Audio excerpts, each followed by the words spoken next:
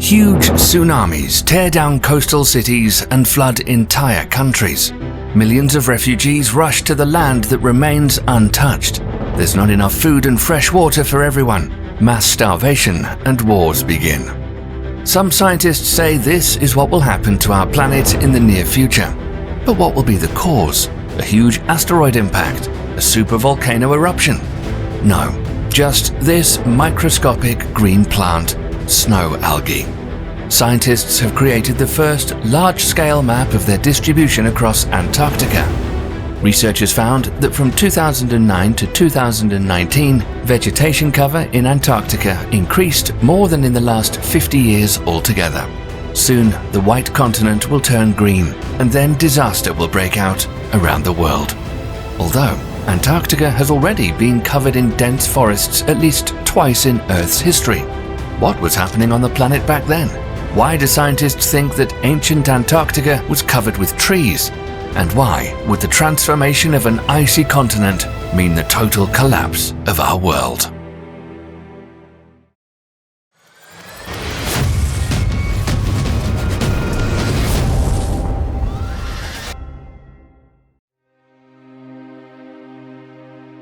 Most of us know Antarctica as a frozen tundra, with places so cold that no human could survive without shelter. But global warming can affect things fast and transform entire continents. Those of you who are familiar with Earth's history know that during the time of the dinosaurs, Antarctica was a huge green forest.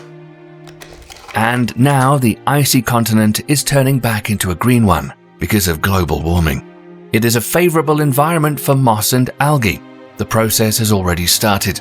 In some places, the ice isn't just green, but also red, orange, or brown. These are multicolored mosses, which spread fast. The sight is stunning, but green plants reflect less sunlight than a white surface, and their spread accelerates the melting of ice. So what does it mean for us?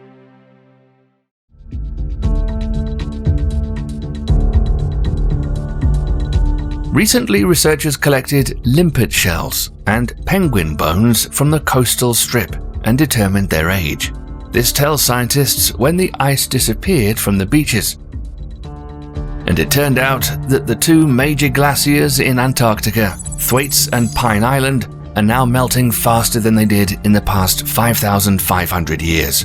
Because of this, sea levels are rising every year, and in 100 years, they will rise by 3.4 meters. In 2020, NASA scientists have discovered that glaciers are disappearing in other areas of Antarctica at an alarming rate. Over the past 25 years, Antarctica has lost twice as much ice as was previously thought, especially floating ice shelves.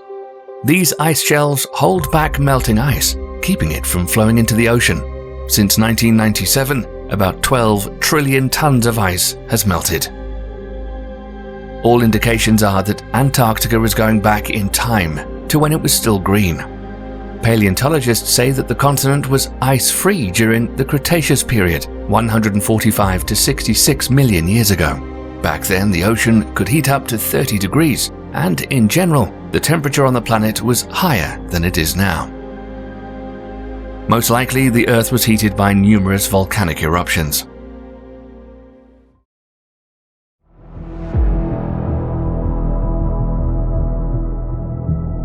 Volcanoes were spewing lava that was deadly to all life and causing devastating fires. At times, the entire region was on fire, turning into a desolate, burned-out area. But in spite of everything, life thrived. Antarctica was home to the ancestors of mammals, reptiles, and the first birds and dinosaurs. In 1986, paleontologists discovered the remains of an Ankylosaurus on James Ross Island. The bodies of these giant lizards, about the size of an elephant, were protected by a heavy and thick armor made up of massive cones and bone plates. Their tail had a thickening, a kind of club, that easily broke the bones of an enemy when struck. Later on the island of Vega, scientists found the remains of hadrosaurs. They reached a length of 7.6 meters and a weight of about 8 tons. They had wide duck beak-like noses and hoof-like claws on their front legs. They had a hollow helmet on their heads. According to one version, it contained combustible gas. Like a dragon, the dinosaur ejected it in case of danger, somehow igniting it as it exited its nostrils. But so far this hypothesis hasn't been confirmed.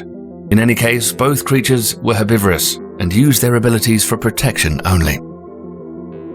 At the same time, there was also enough ruthless predators in Antarctica. One of them, the mosasaurs, also lived on Ross Island.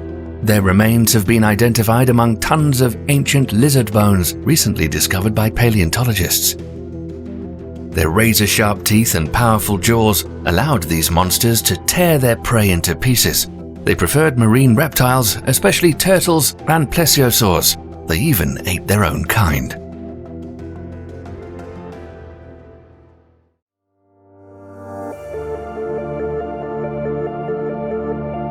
Meanwhile, Earth grew colder and ice covered Antarctica for millions of years.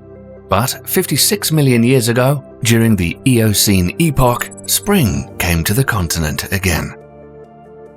The glaciers of Antarctica were once again replaced by forests. They contained palm-like Araucaria trees, conifers, and southern beeches.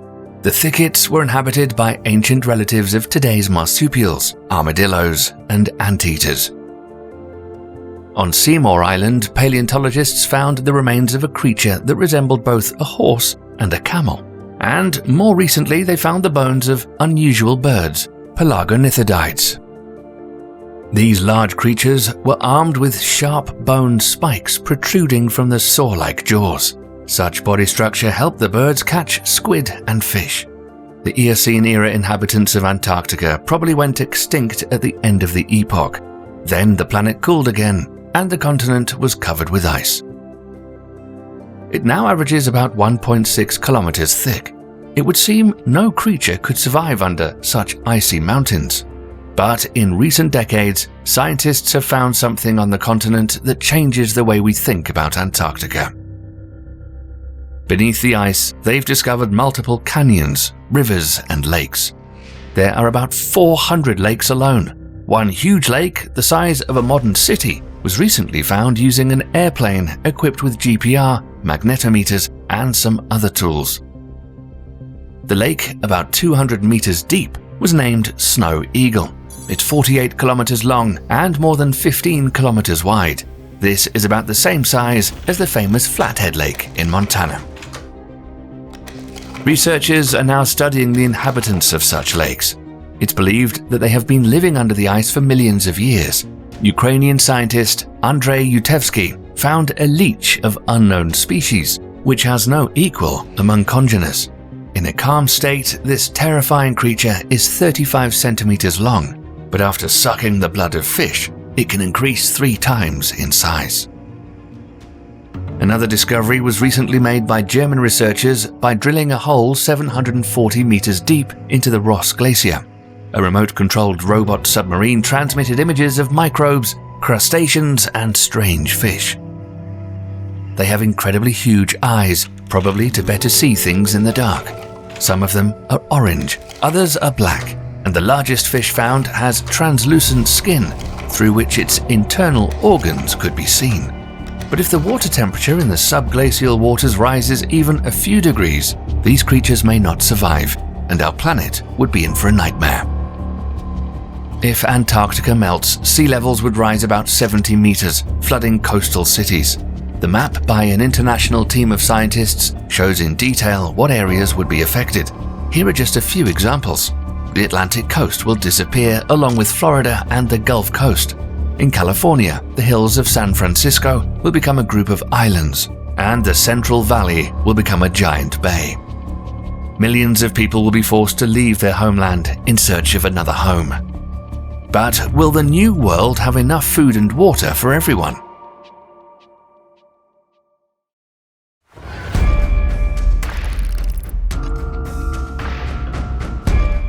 Antarctica's ice makes up 70% of the world's fresh water supply. If it mixes with salty seawater, it will become undrinkable. The circulation of ocean currents, which affects atmospheric processes and the tectonic movement of the plates beneath the Earth, would change. Then fierce storms, huge tsunamis, and ceaseless volcanic eruptions will become the new norm. Some fertile areas will become deserts, while other places will be regularly flooded. It would be impossible to grow good crops or sustain large herds of animals under such conditions. There'll be less food to eat, and people will start fighting over a piece of bread. The outburst of epidemics will be another issue. Smallpox, bubonic plague, and anthrax will spread across the world.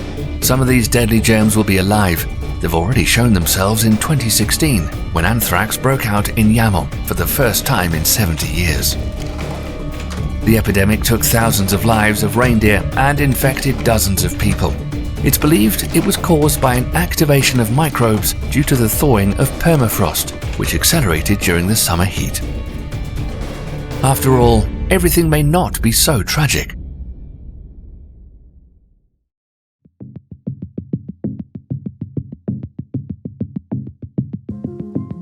Antarctica, which is a third larger than Europe, will prove to be livable, so the refugees can occupy this territory.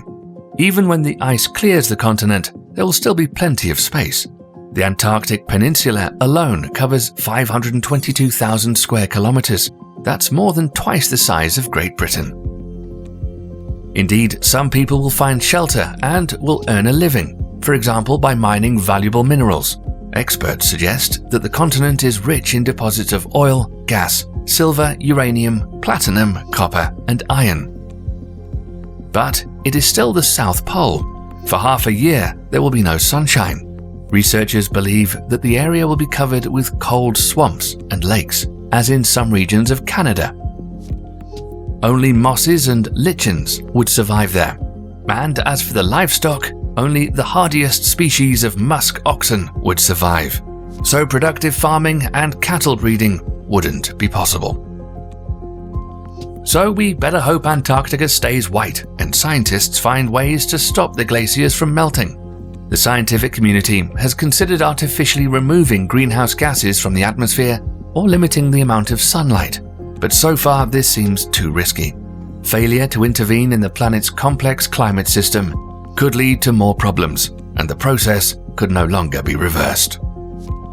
A team of scientists at the Massachusetts Institute of Technology has an idea to create a kind of protective raft of thin, bubble-like membranes in space over Antarctica. It will reflect or absorb part of the sunlight directed at Earth.